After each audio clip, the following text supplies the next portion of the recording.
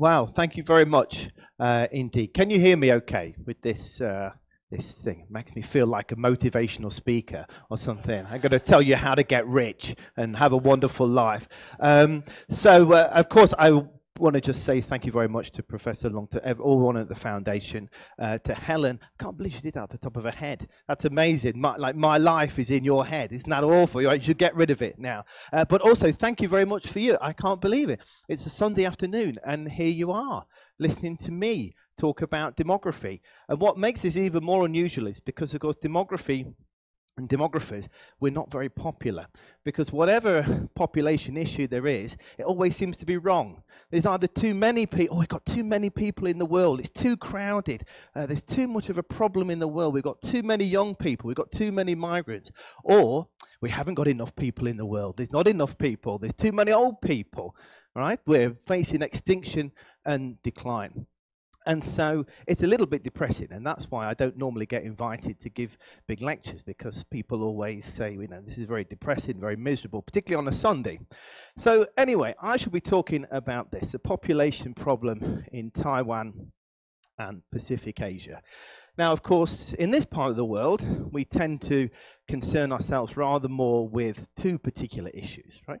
The first is related to population aging. Okay, we see that population aging as being this kind of existential crisis. This is going to cause such damage to our economy, to society, to everything. You know, this poor guy here under the weight of Japan's burden, whether it's in Japan or in Hong Kong or here or where, or in South Korea.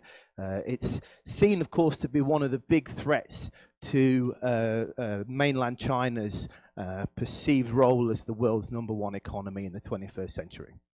Well, either between that or Mr. Trump. But anyway, let's not go down that route at all. And of course, when we look for Taiwan, here's a nice big graph from the NDC. And yeah, we can see we're at something of a crossover point in Taiwan's history, where the number of people who, with demographers, we classically think of as being old age, and I'll come back to that in a minute, age 65 and above, is just switching over now. Okay, and that we see compared to the young age population. So by 2065, a very large proportion of the Taiwanese population will be aged over 65. But of course, it's not just about getting old. It's also this idea of population stagnation and even extinction. Okay, for those of you who can read Korean, this is the dates or the years in which particular cities in South Korea will become extinct if the birth rates stay constant until the rest of the time. So poor old Busan, if you like Busan, that's the first to go in 2413. Now, of course, this is completely ridiculous. Busan is not going to disappear in 2413, right? And none of us will be around anyway, so we don't really need to care about that too much.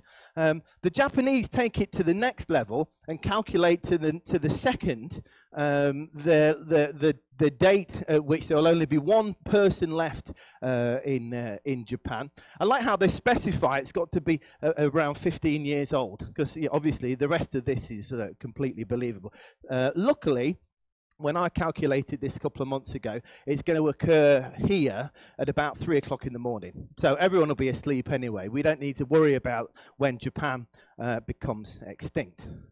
Now, when we look at this map, this graph for Taiwan, for the total population of Taiwan, we can see a nice, you know, going from the 1970s up and up and up. Sorry, I've got short legs, so it's very difficult for me to reach. So everything's going up and up and up, and then it goes down and down and down and down. Now, this is again from the NDC. Now, I should say, don't worry too much, because that doesn't. If you just carry that on, that means that we're all going to be gone here by like 2080. No, don't panic, because there's this here is quite important, right? There's another 17 million missing, so we're not going to drop off. We're not going to completely disappear this century anyway. So those are these two big issues that we face, and as within demography, there's essentially three main drivers of these changes. The first one is mortality. Now, as a general rule, less mortality is kind of good, right? Because as a general rule, we don't really like dying. So if we can die less, generally for humanity, that's a pretty good thing. And so, of course, population aging is a real positive thing because it just means that fewer people are dying, right? So that's a good thing, right? We can say. Migration, that becomes a bit more tricky politically, culturally, and so on. And I'll come back to that a little bit later on. But the primary driver of population aging, stagnation, decline is about fertility. Yeah? And when I talk about fertility rates, I really mean like the birth rate, so the number of children that people have. And of course, this concern about fertility rates is something which is well known. Okay? The fall in birth rates have made a significant impact on our already growing population over the recent years.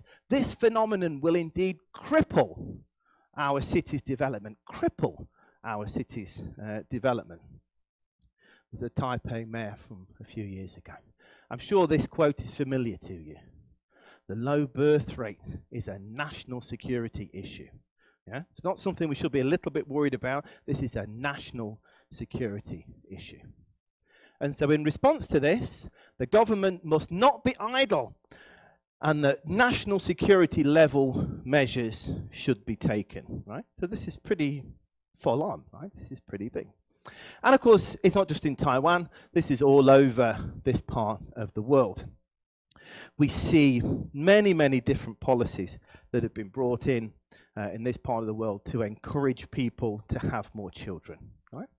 In Singapore, the amount of money that is transferred from the state to families is enormous in terms of direct baby benefits or baby bonuses, but also indirect things related to tax relief and housing and so on.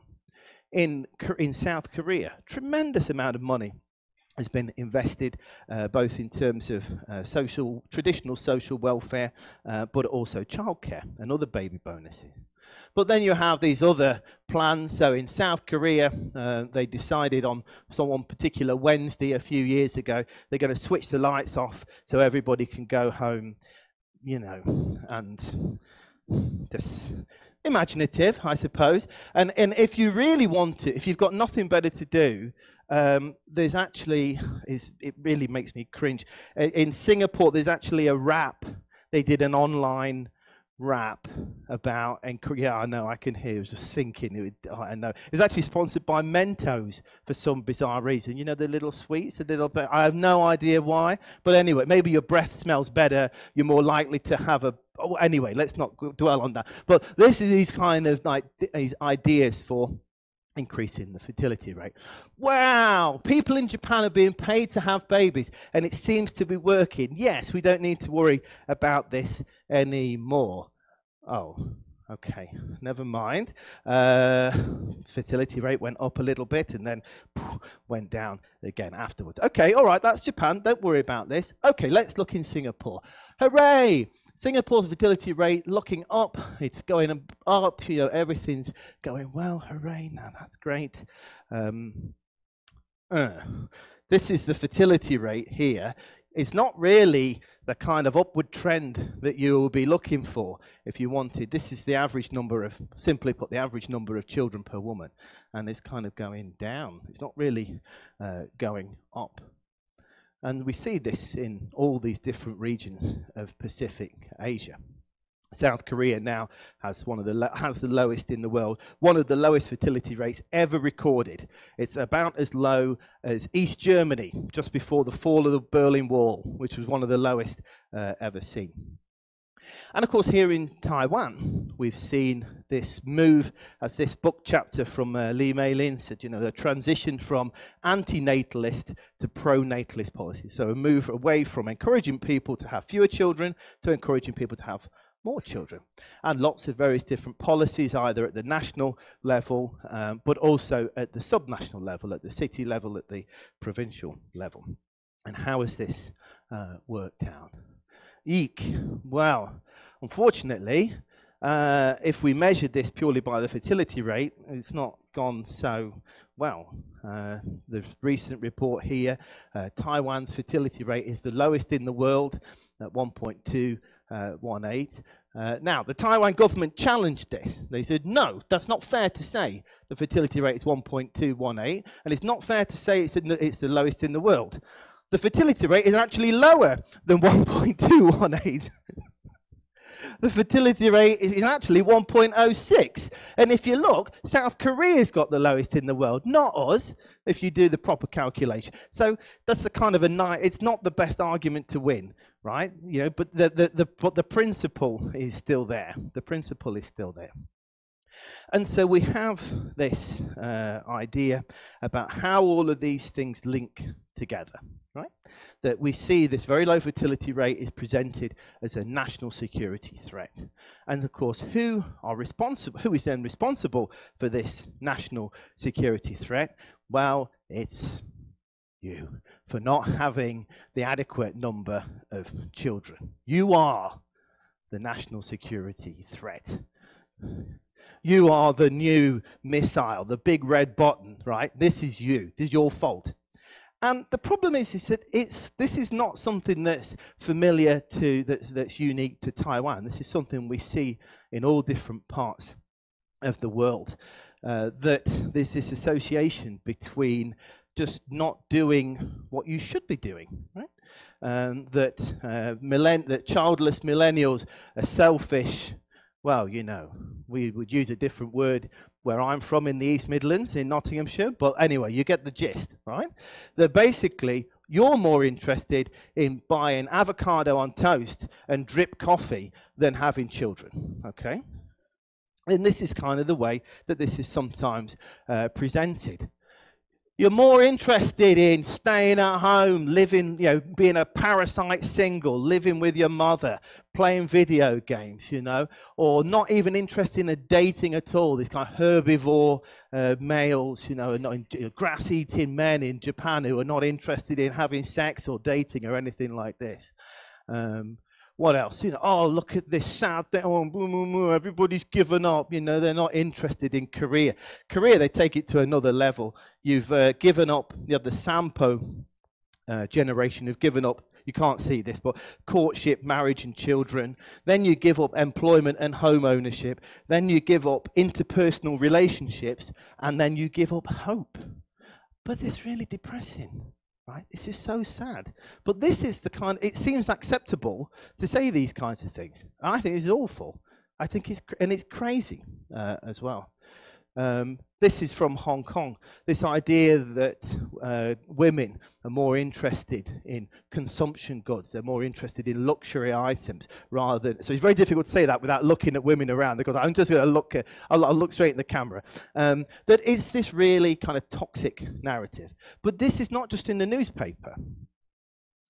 These days, God, it's always a bad sign when somebody begins a sentence with "these days." You know, it's always, you know, it's never going to end. Oh, these days, these days. Young people don't get married. They're selfish and they don't want to get married. It seems like the most basic social unit, the family, is crumbling. This is from South Korea. Now, okay, maybe we might expect this because this is a conservative assemblyman.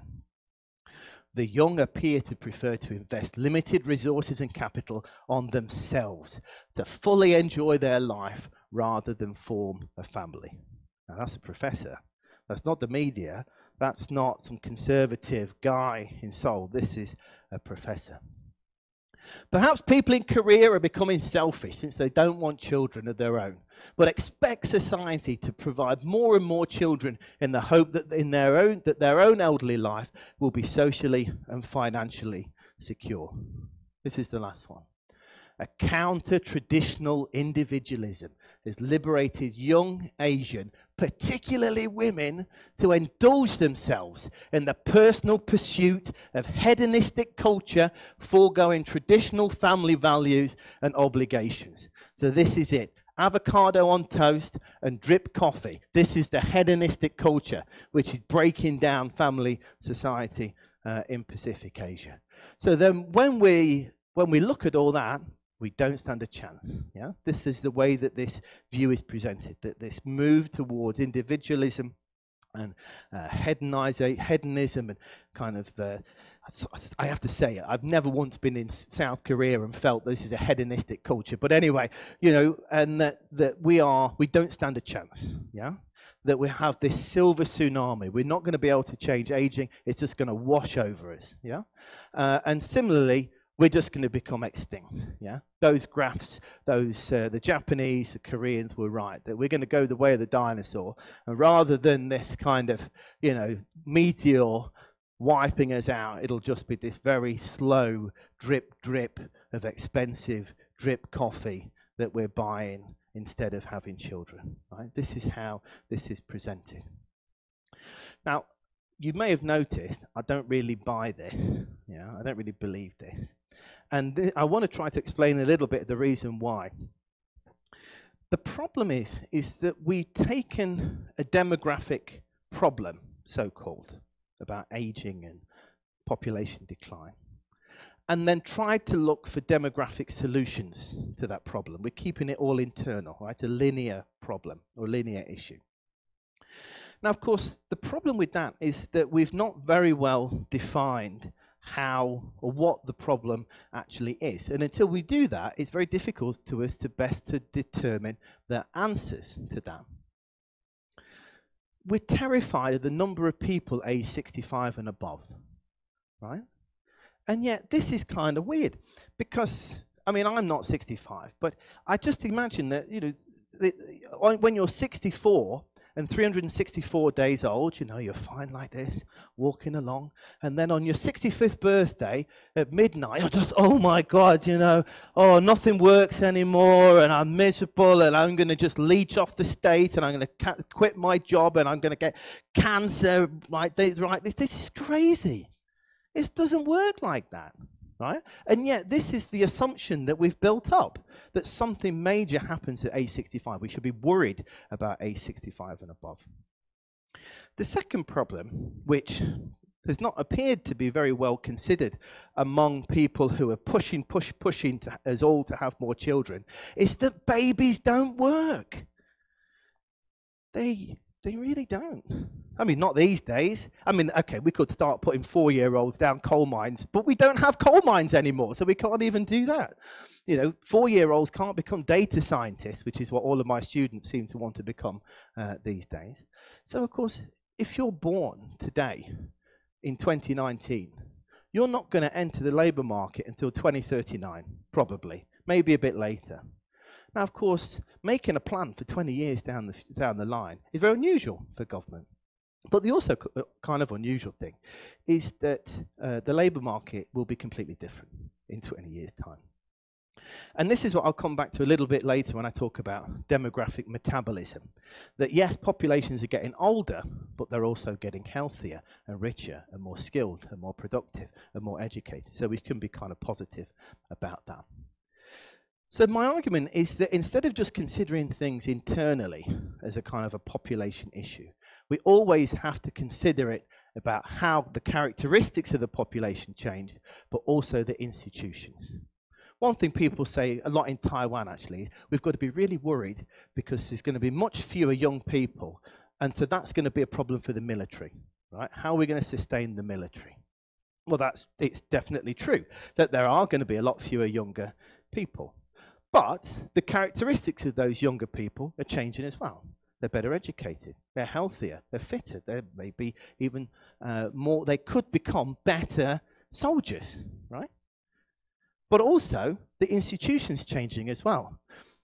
In the army these days, you don't really need that many people. We don't fight each other with sticks and knives face to face. We have drones and things, you know, and bombs and weapons going all the way around the world. So you don't need hundreds of thousands of people to do that, yeah? So we always have to think in this three-dimensional way.